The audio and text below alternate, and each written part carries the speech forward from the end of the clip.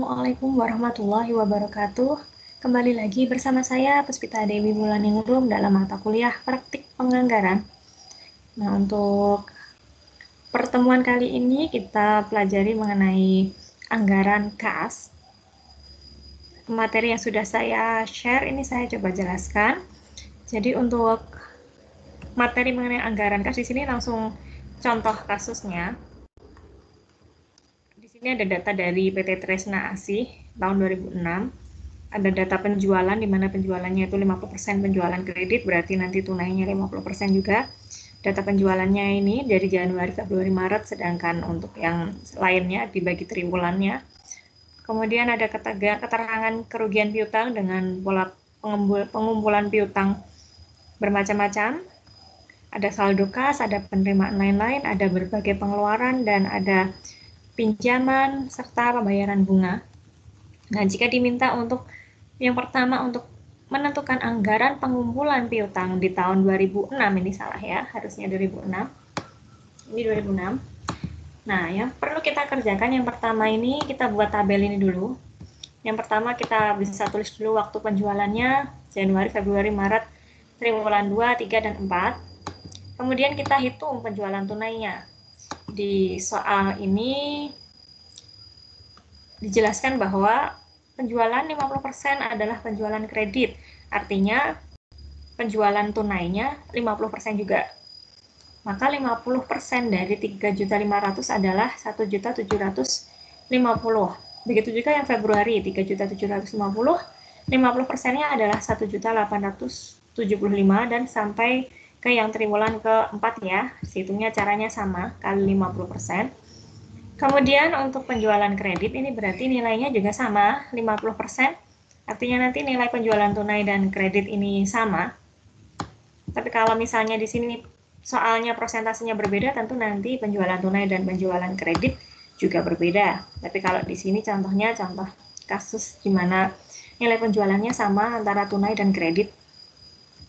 Kemudian kita perlu membuat tabel lagi mengenai kerugian piutangnya atau bad debts.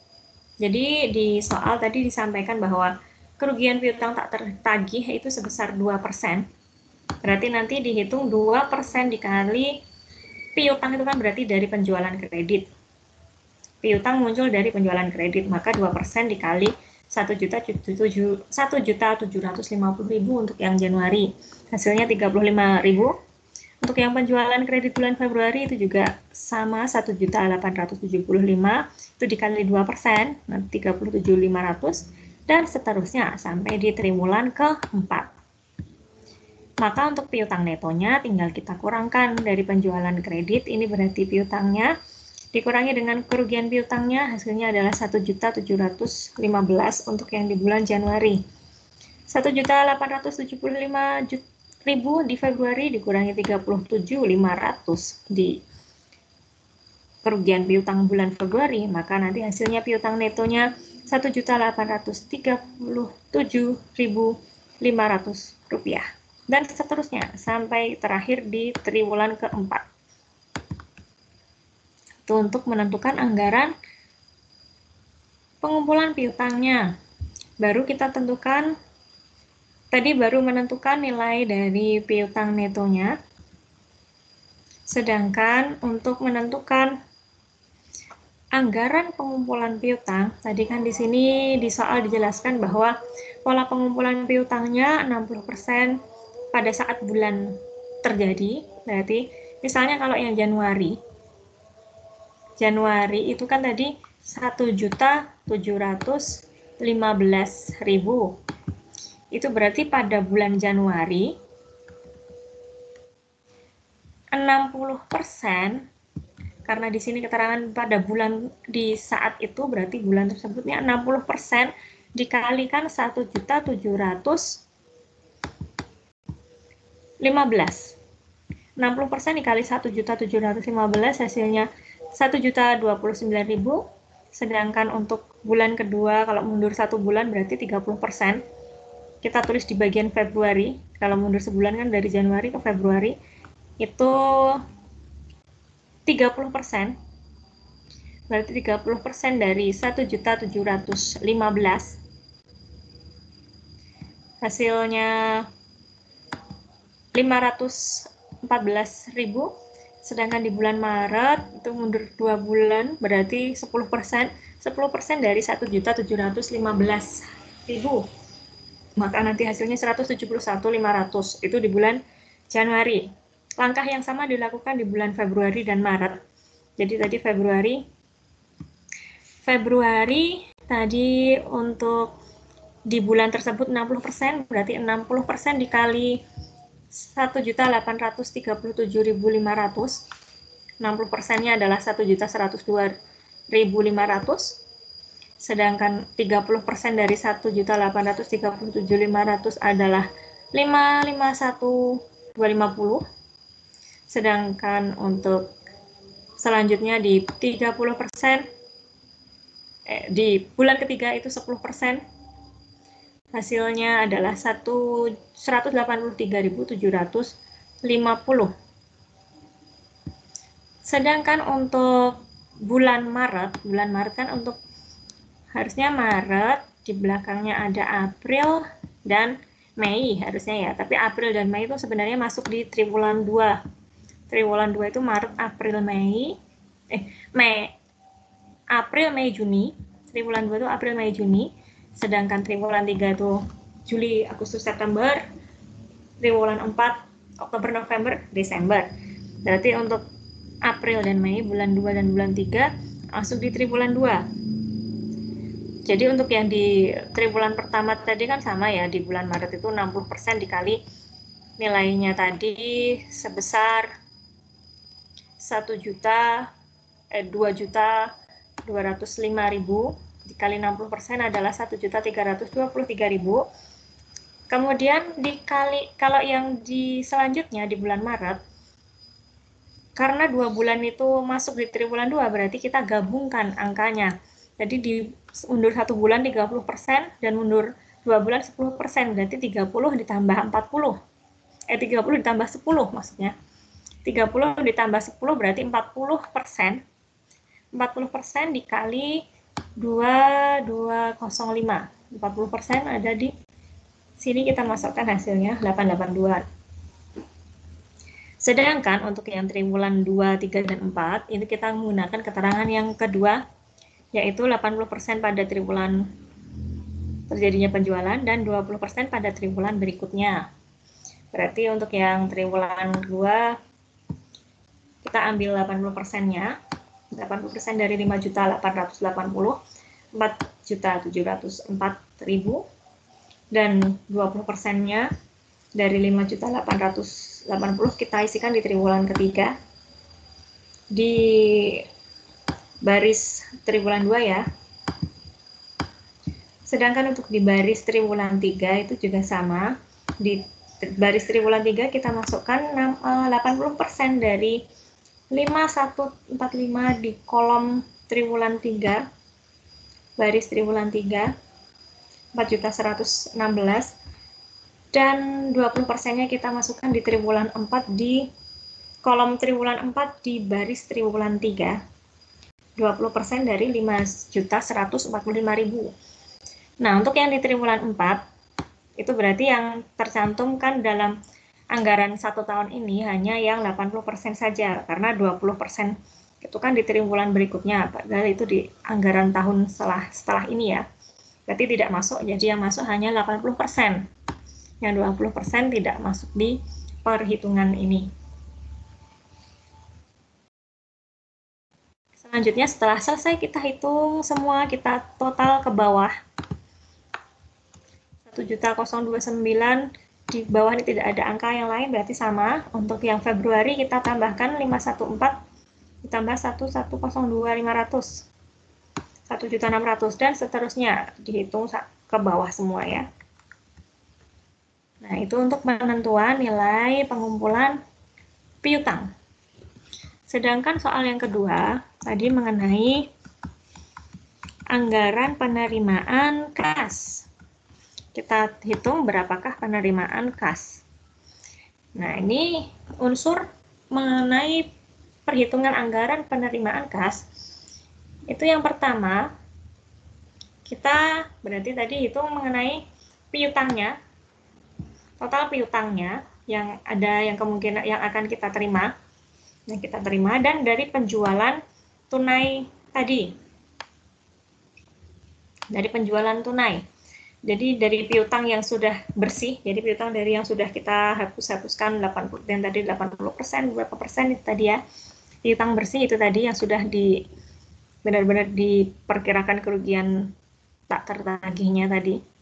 Maka nanti angka yang di sini, angka yang di langkah pertama tadi kita gunakan untuk dimasukkan ke dalam kolom piutang yang pertama. Kita masukkan semua angka yang di perhitungan pertama, jumlah dari seluruhan piutang di tiap bulannya. Kemudian kita tambah dengan penjualan tunainya. Penjualan tunai yang tadi 50%. Dan di soal tadi juga ada tambahan mengenai lain-lain ya. Nah, ada penerimaan lain-lain, itu adalah penerimaan kas juga. Karena kita menerima yang lainnya juga, di triwulan 2 dan triwulan 3-nya 3 juta, maka kita juga masukkan angka lain-lain tersebut ke dalam kolom. Kalau yang triwulan 2 juta, berarti kita masukkan 2 juta ke dalam kolom triwulan 2, dan 3 juta di triwulan ketiga. Lalu setelah itu kita jumlahkan semuanya di total ke bawah. Piutang ditambah penjualan tunai ditambah lain-lain. Itu adalah anggaran penerimaan kasnya. Sedangkan untuk soal yang ketiga, untuk menentukan anggaran pengeluaran kas, ini kita memasukkan semua keterangan di soal. Yang pertama, pembelian bahan baku ada di Januari, Maret, triwulan 2, 3, dan 4. Maka kita masukkan Januari, Maret, triwulan 2, 3, dan 4. Dimasukkan semua. Upah, gaji Januari, Februari, dan seterusnya. Pembayaran upah kita masukkan juga karena itu pengeluaran. Semuanya kita masukkan. Kemudian ada pengembalian hutang di Februari dan di triwulan 2 kita masukkan angkanya sesuai dengan soal. Dividen juga di soal ada dividen di triwulan 2 dan 4, berarti kita masukkan ke dalam triwulan 2 dan 4. Dan ada juga macam-macam biaya. Itu ada di semua bulan. Kita masukkan sesuai nominalnya. Januari berarti 650.000, Februari 450.000, dan seterusnya semuanya berurutan. Kemudian setelah itu kita total. Kalau sudah kita masukkan semua biaya, kita total ke bawah. Nanti 1.350.000 ditambah 1.750 tambah 650, hasilnya 3.170. Februari juga 1.875 ditambah 3 juta ditambah 450, berarti nanti 4.350, dan seterusnya semuanya. Lalu untuk anggaran kas yang terakhir, anggaran kas akhir kita hitung. Di sini kita masukkan kolom di semua bulan ya, keterangan Januari, Februari, Maret, triwulan 2, 3, dan 4. Yang pertama untuk saldo awal dulu, kita kerjakan dari bulan Januari terlebih dahulu. Januari kita selesaikan, baru habis itu ke bulan selanjutnya. Januari tadi kita masukkan saldo awal yang ada di soal. 2.500.000 ya. 2.500.000 di soal. Kemudian kita menerima penerimaan kas di bulan Januari tadi. Kita cek lagi penerimaan ini di bulan anggaran penerimaan kas. Jadi angka yang di anggaran penerimaan kas ya, nilainya 2.779. Kita masukkan di sini penerimaan kasnya. Tidak ada hutang di bulan Januari karena tidak ada keterangan tambahan di sini ya. Kita total, berarti yang tersedia kasnya adalah 5.279.000. Kemudian kita kurangi dengan nilai pengeluaran kas yang sudah kita hitung di langkah ketiga. Totalnya di bulan Januari adalah 3.170. Kita kurangi di sini. Maka saldonya adalah 2.109.000. Itu untuk total di bulan Januari. Nah, di bulan Januari ini berarti adalah Saldo di akhir bulan Januari ini adalah saldo awal di bulan Februari 2109. Nah, baru setelah itu di bulan Februari kita tambahkan, setelah ada saldo awal 2109 ini, kita tambahkan dengan kas di bulan Februari. Penerimaan kasnya 3429. Kita tambahkan di sini. Berarti yang tersedia adalah 5601. Dikurangi dengan pengeluarannya di bulan Februari adalah 4.350. Hasilnya adalah 1.251. Kemudian ini 1.251 menjadi saldo awal di bulan Maret. Sama juga langkahnya, di bagian penerimaan kas tadi kita lihat angkanya senilai 4295.750 untuk bulan Maret. Kita tambahkan hasilnya 5.546.750. Kita kurangi kemudian dengan pengeluaran kas di bulan Maret. Hasilnya adalah 2.446.750. Itu menjadi saldo di awal triwulan 2. Kemudian kita tambah dengan penerimaan di triwulan 2, dan kita cek di sini di soal. Di triwulan 2 kita memiliki mendapatkan pinjaman sebesar 5 juta. Artinya karena dari hutang, berarti kita bisa kasih keterangan di sini karena pinjaman atau utang. Nilainya adalah 5 juta, menambah uang kas kita. Nilainya jadi 21 juta. Kemudian kita cek di sini adalah pengeluarannya 20.775. Dan di sini juga ada tambahan pengurang, yaitu pembayaran bunga. Jadi kita mengeluarkan uang lagi di triwulan 2 sebesar 150.000. Kita masukkan di sini. Berarti 21.216.500 kurangi 20.775.000 dikurangi 150.000. Hasilnya adalah 20.625.000. Ini saldo awal di triwulan 3. Triwulan 3 juga kita lanjutkan dengan ditambah penerimaan, kemudian kita kurangi dengan pengeluaran kasnya, dan kita cek di sini ada triwulan 4 itu kita juga melakukan pembayaran bunga. Triwulan 3 kita juga melakukan pembayaran bunga, maka dapat 26.142 ini. Ini menjadi saldo awal di triwulan 4 ditambah dengan penerimaan lagi, maka nanti kemudian dikurangi dengan pengeluaran. Nah, di sini juga ada angsuran. Di soal ada di triwulan 2 dan 4 itu kita melakukan angsuran, berarti angsuran itu juga membayar angsuran.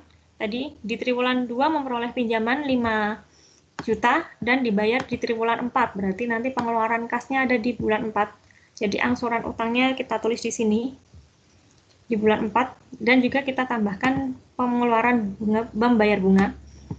Hasilnya adalah 23 juta nanti. Nah, seperti inilah cara kita mengerjakan anggaran kas. Semoga penjelasan ini menambah pengetahuan dan bermanfaat ya. Sekian dari saya. Wassalamualaikum warahmatullahi wabarakatuh.